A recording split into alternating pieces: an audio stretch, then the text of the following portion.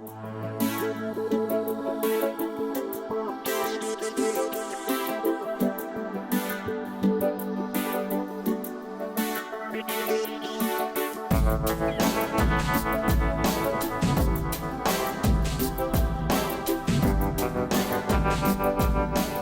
on United Way Today, we have several special guests with us to talk about the Don't Miss the Bus community-wide school supply drive. And to get us started, we have a local celebrity and some dedicated partners, not only to United Way, but Don't Miss the Bus. And Greg, tell us a little bit more about WQXE and why you've gotten involved in this initiative. We got involved with it with Bluegrass Cellular and Hardin County Schools, and because the fact there was a need.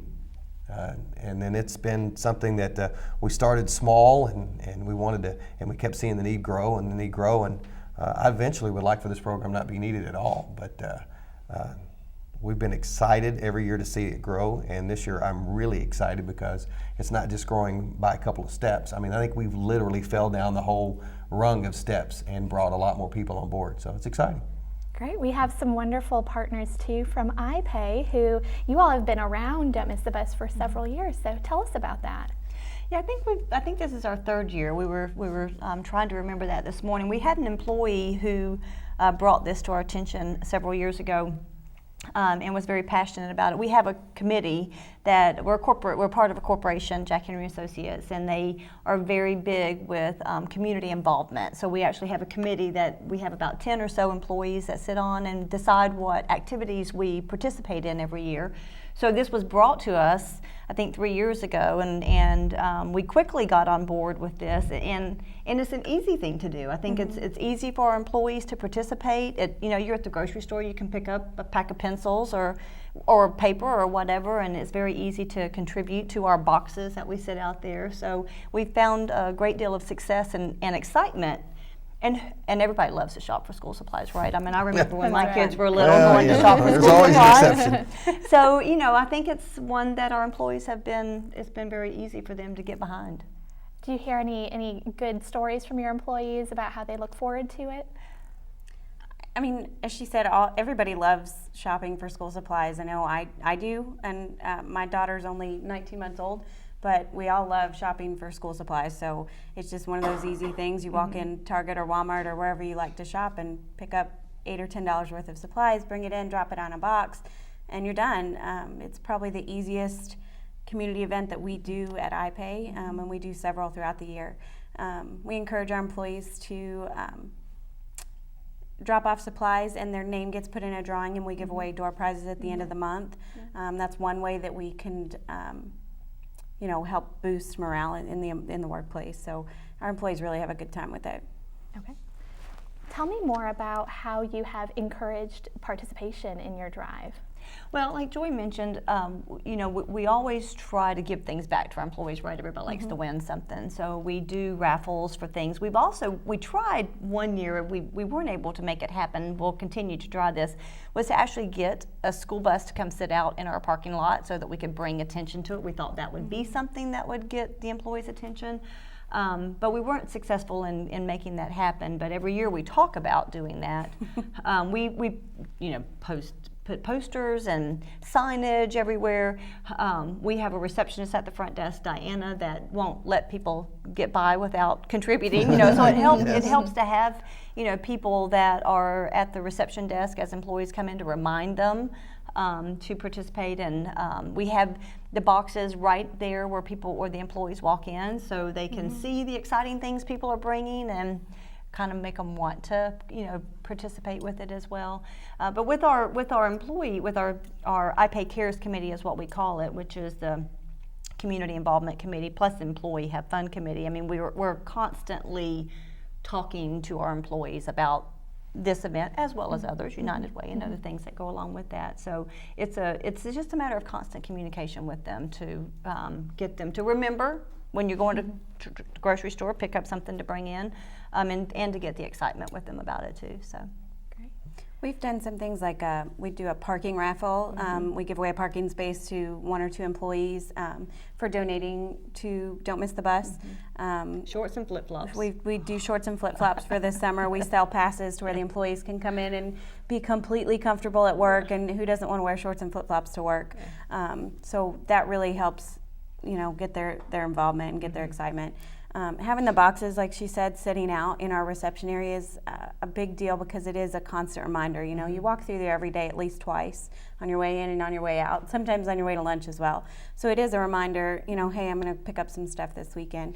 It also helps you see what isn't being donated yet. So, if I see a lack of backpacks or, some of the USB drives I know are harder to get, then I'll remember, I'm going to get some of those bigger ticket items and drop those in the box. So those are some of the things that we do. I know the bus, having a bus out and about, as you're talking about maybe having one stop over at iPay. Greg, what are the plans for the bus this year? Well, the fact is, Hardin County Schools does such a great job on getting us a bus, but summer vacation, you got bus drivers, and we're literally, they're dedicating their time to come in and do that. We've got some plans on getting the bus out in different areas, and we're kind of expanding it. That's the good problem we have is it's growing so fast that we can't just do, before we would go to every sponsor and go pick up. This year we've got to kind of adjust that a little bit because of the response we have. And of course I pay on the list every year where we go and we pick it up. It's kind of fun. We get to act childish because we get on the bus and ride and pick up school supplies. But you're talking about getting people involved. I love this program because we know there's a need. And we know every year you get your list of what's needed in the school. And there are a lot of secondary programs where people get backpacks there. I love this because of the fact when these kids go to school, if they do not have these supplies, it's not singling them out and saying, look, I'm in need. They go into the office, and when they come out, they've got supplies in a backpack that looks just like everybody else's backpack, and nobody can identify them as being a kid in need. And I love that. And the fact that the schools are where they know where the need is. And so they tell us what we need and we get it to them. And I think it's great because it becomes kind of like a shopping spree for each one of the schools too. So. It is so important. My little boy, I know, has to have the Ninja Turtle backpack, so that having something like all the other kids, I know he's going off to kindergarten this year, and that is so important. How have you seen, Greg, obviously there's more partners involved this year, but any other changes that you've seen in the initiative over the years? Really the drive has been the same, but I think as we see it grow, at first we wanted to grow slowly, so we made sure we did it right. And now I think all of a sudden we were forced to grow quickly because of the response from people. It's just such a great program. The need is always there, and unfortunately the need continues to grow. But seeing the school systems go, hey, let's back off a little bit on the supplies that we need, that's where we can step in and help out. Because how easy it is to grab an extra box of pencils while you're there, or when insert store's name here is having folders on sale that you grab a few more folders, you're making a difference. And you're not just making a difference in one kid, you're making a difference in a lot of kids' lives. And it's also, that could be your son or daughter's best friend, and you're helping them. So you're not only helping your kids get their education and to grow and become productive citizens, you're also helping other kids too. So it's fun to do. What do you think that says about the community when that response continues to be so overwhelming? This community, I've been working in this community for 13 years, and it never ceases to amaze me the response that they give. When there's a need and you ask for it, they get involved. When WQXE got involved with this, with Bluegrass Cellular and with Hardin County Schools, we saw the need, and then it just, we talk about it on the air, and then you start to see the supplies come in. People come into the lobby and bring them. People go to the drop-off locations and take them. You got employees, like with iPay, that drop them off, and other sponsors too. It's amazing. This continues to give. You guys know that with United Way. It's like you ask and you do receive. So it's pretty cool. It is such a blessing to be part of that kind of a community. So thank you all for sharing your story and your passion for giving with us. Thank you. You're welcome. Now joining us, we have partners from Hardin Memorial Health and St. Vincent de Paul, both of whom are involved in Don't Miss the Bus this year. So Judy, can you tell me a little bit more about why St. Vincent de Paul is involved in this initiative? Okay, St. Vincent de Paul was originally started to help the poor.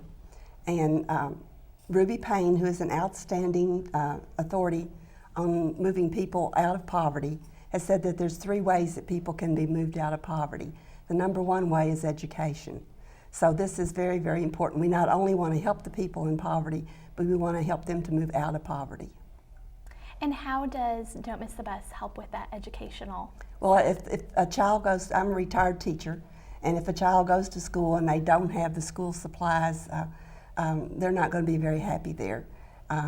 They've got to have the basic things that they need for their education, and often the parents of these children cannot afford to buy them what they need for school. I want to hear more about any stories that you had as a teacher of some of those needs that you saw in your classroom. Oh gosh, I've seen one of my favorite stories was when I was first teaching home economics down in the West Hardin area, and we visited all of our students, and so I was supposed to visit this little girl, and they lived way back in the country. There's a lot of poverty in the western part of Hardin County, and I was expecting at the time, and when I got to the house, I had to park my car and cross a little creek and jump across the creek, which wasn't real easy at that point. And I got up there, and the little girl was so excited that I had come to her home, and she had made a cake and lemonade and a wooden stove there. I was kind of afraid to get out and go in the house, and after I went, I was so glad that I did, because that child would have been so disappointed because she had so prepared for my visit. It must be hard to see in a community that is still as giving as ours and has so many resources that there are children in those situations that are doing without. It's very hard to do that, and often when I'm working, I work in the store now, but when I worked with clients, I would have so many people who would come in, and you would say, you know, where are you employed, what are you doing?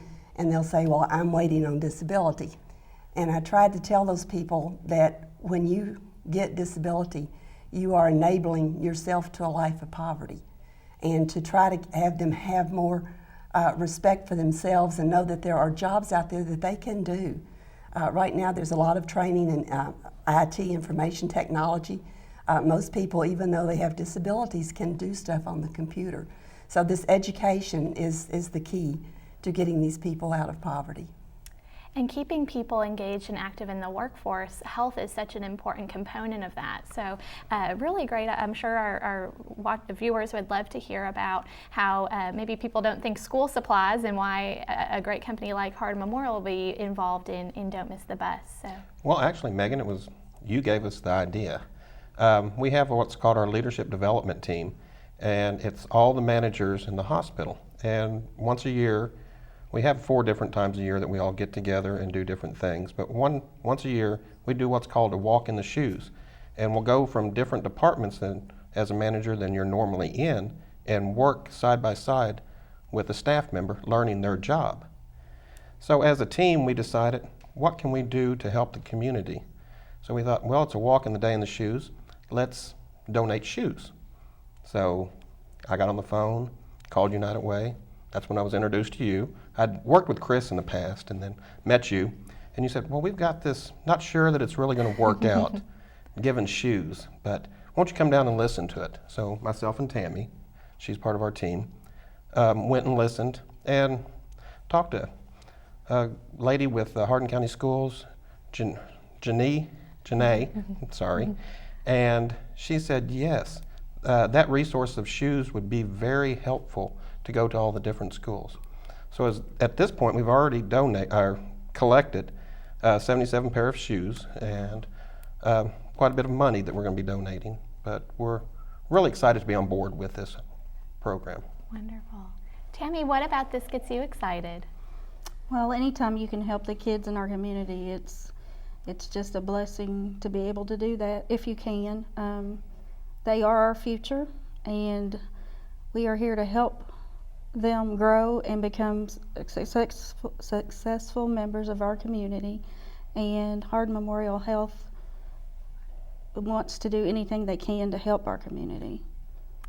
That is such a wonderful example, and I appreciate, Greg, you sharing the story of, we didn't know what this was going to look like, and United Way is very new into this program, again, only in our second year, but I think a great example of you all having a willingness to help and get involved and wanting to meet a need, and we are so privileged to have been that, who do you call? That's what we want to be able to be for the region is, how we can connect folks that have these needs, that connect the families that you're serving, and just put everybody together, because this was a great example of something that was already happening and already going, and really something that you just stepped up to be able to connect into.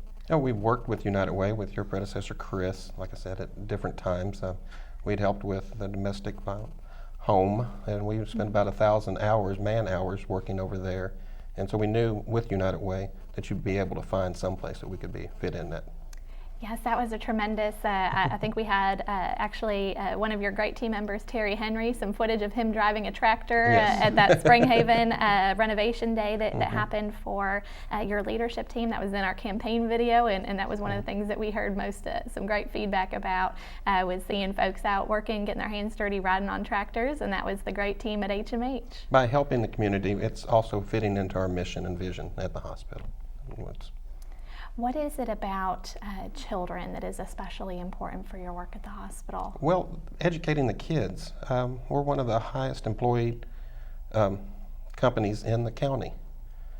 These kids need to be educated so they can come to work for us. So when I do get to retire, they'll be there to fill in my spot.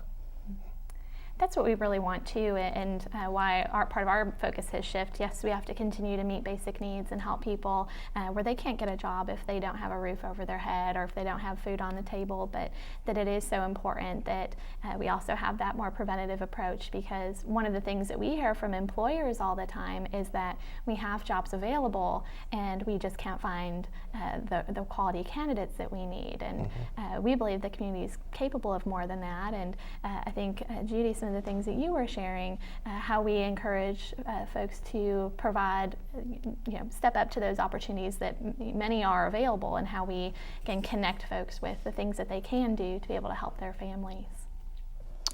One of the things that I find helpful to know is that when kids are in school, we all know it can be a difficult time, and when you can give the kid an equal playing ground to be out there with the others, that's really important, because social health is also important, and just being with kids and feeling equal has got to give them a boost. So. Any feedback from your team about what they enjoyed with the donations this year, or that type of project? We heard quite a bit, and actually we started this back in March, and we were going to have our LDI meeting and do a walk in the shoes, and then Snowmageddon showed up, and that set us back. From in the fact, snow. it was just last Friday is when we finally got to do our walk in the shoes, but they had already brought in their shoes, and so we've been sitting on these shoes, and now talking to Sarah, we're probably going to go ahead and get a bin and set up, and maybe we can collect some more shoes and possibly some more things to be able to pick up. Great. I would love to see all those little pairs on little feet soon. Yes. And as a parent, kids grow so quickly, and it sounds silly that there's that is being a need for parents, but when you look at, I can't believe the shoes for kids are just as expensive as for grown-ups, it seems, and that being, is that something that you see families coming in needing help for at St. Vincent de Paul? Yes, and we often get people who come in that they need a pair of work boots. And we will provide those if they qualify for assistance, because we want to try to get them to work for sure.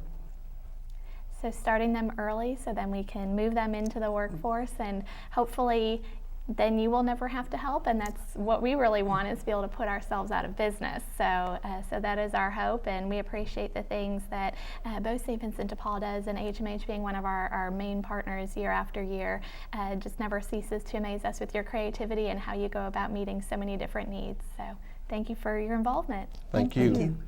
Now joining us, we have partners from some different walks of life, but all working together on this common goal of helping put more school supplies in the hands of all children across Hardin County. So first, to get us started is Sarah. Tell us more about how Bluegrass got this initiative started and how Bluegrass Cellular is moving it forward this year. Yeah, well, this is actually only my second year helping with Don't Miss the Bus. So, the first year was a little bit of a learning year, but Bluegrass Cellular has been involved since the conception of Don't Miss the Bus, along with WQXE and Hardin County Schools. So, I think it was one of those things. There was a need. And, I think actually it might have been John Wright who came to us and said, hey, we really have a need. Is there any way you can help? And, one of the things that Bluegrass Cellular is definitely passionate about is helping children in our community, because they are the future of our community. And so we were quick to jump on board and say, yeah, let's do this and let's make it successful. So we are happy to still be a part of it and hope to continue to be a part of it for a long time. Well, you've done a great job driving the bus, really, and helping get us involved at United Way. And I think, Janae, you see the needs, unfortunately, on a daily basis. But how does this program benefit schools, not just Hardin County, but across the entire community? Don't Miss the Bus has been such a blessing for so many children throughout Hardin County. We, as Hardin County Schools, work closely with the campaign, and when we go to collect all the items and so forth, they're distributed with Elizabethtown Independent Schools, as well as Fort Knox Schools and the Hardin County Schools children, because kids are kids, and when they're in need, we want to meet that need. I just go back and I think all of us, if we had a doctor and we were going into surgery and they had no equipment, or if our lights were out and the electrician showed up at our home with no tools, how successful would they really be? And I know many community members just earlier were mentioning that level playing field, and we honestly want that for all kids. I work closely with the Family Resource Youth Service Centers within my student services position at Hardin County Schools, and that's their goal, is to eliminate barriers. And unfortunately, many children have barriers which will prevent them from learning. And if they don't have the pencils, the paper, with our society, we've gone with flash drives and a lot of different other tools. Their rate of success is going to be much more difficult. So we want to level that playing field for them, so the children are highly impacted in such a positive way. Our great friends over at Dow Corning, which Dow Corning continues to be United Way of Central Kentucky, our biggest donor through our campaign. So continuing to step up in a way like this is so exciting to see you being involved in meeting those needs. And tell me a little bit about what your plans are for the program and how you're going to get more of those pencils so we can put them in those kiddos' hands. Yep. Well, so Dow Corning, we are all very grateful for our jobs that we have at Dow Corning. And we especially have a soft spot for children, so we like to help the community in any way we can. So we're gonna publicize it basically through email, set up the bins that Bluegrass is going to deliver, and hopefully we'll have a good response from it. This is the first year we've done it. I jumped on basically because my son started school this year in kindergarten, so I got to see a lot of the kids that didn't have the stuff that I provided for my child. So I just want to help. That's great. Have you heard anything yet from your employees looking forward to it? Oh yes, the ones we've mentioned it to are very excited about it. We love to give. It's just a culture that we have at Dow Corning. It's just kind of like when you're hired. Oh, we give. We just love to do it. I would like to piggyback on that. I'm a transplant to Hardin County, 20 years, but still I was not born and raised here. This community is amazing. The local businesses and the local agencies, and I was just shopping locally downtown, and you see the signs all over that say shop local.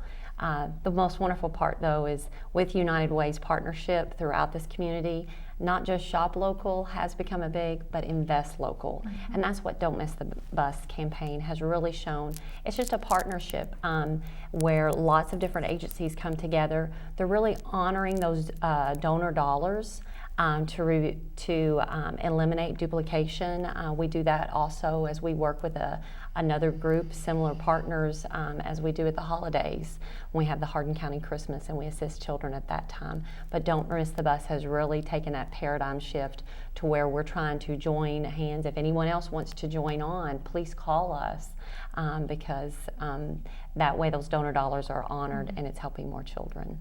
That's really why we got involved, and we have the great opportunity to be able to try to support a lot of different very worthy causes in the community. But Ignite Away, we only also have so many resources, and time being so important that, however, when we saw something like this that was bringing together businesses and multiple nonprofits in that spirit of, instead of everybody doing their own separate drives and trying to, and seeing how much work this has taken for you in Bluegrass, and you do this full time, it seems like, how much work that is. So everybody's not trying to duplicate those efforts and having their own way of doing things, and trying to have so many different messages that we can come together with that really united voice and try to meet that need all together. That's really what set it apart for us, is something that we really wanted to be involved in. So I think, Janae, what would be helpful is, so we've got how to collect those supplies and how companies and how the public can do so, but how are those given out once they are donated?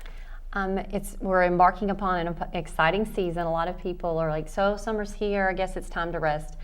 With Hardin County Schools, Elizabethtown, Fort Knox Schools as well, we never rest. We're just so excited getting things ready. Lots of your principals and administration are in the building getting ready. Your Family Resource Youth Service Center coordinators, they do have just a couple of days off in June, and they will hit the ground running in July.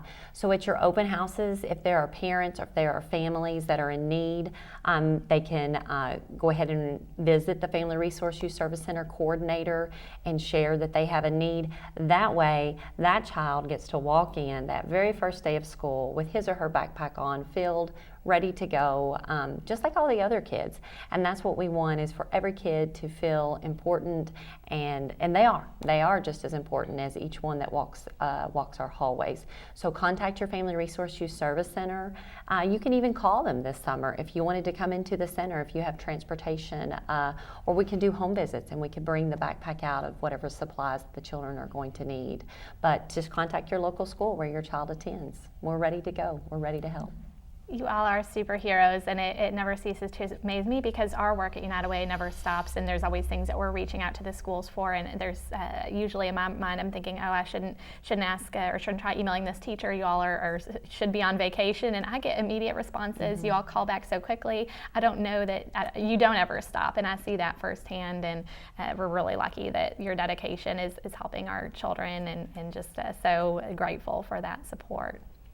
So Sarah, we've talked about how some companies are getting involved, how the multiple districts are coming together about this.